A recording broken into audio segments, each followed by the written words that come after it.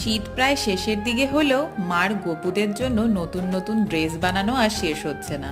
তাই ভাবলাম তোমাদের সাথে এবারের যে ড্রেসটা সেটাও একটু শেয়ার করি। তাই জন্য বড় গোপালকে স্নান টান করিয়ে ড্রেস পরিয়ে নিয়ে তারপর সাজিয়ে গুছিয়ে রেডি করছিলাম। আর এই যে দেখে নাও ড্রেসটা, এত সুন্দর একটা কালার কম্বিনেশনে মা এই পঞ্চুটা তৈরি করেছে। আর এই মেন আকর্ষণটা সুন্দর দুটো ছোট ছোট বল যে দুটো সামনে ঝুলছে, সেটা দেখে আরো বেশি যেন কিউট মনে হচ্ছে এই ড্রেসটা।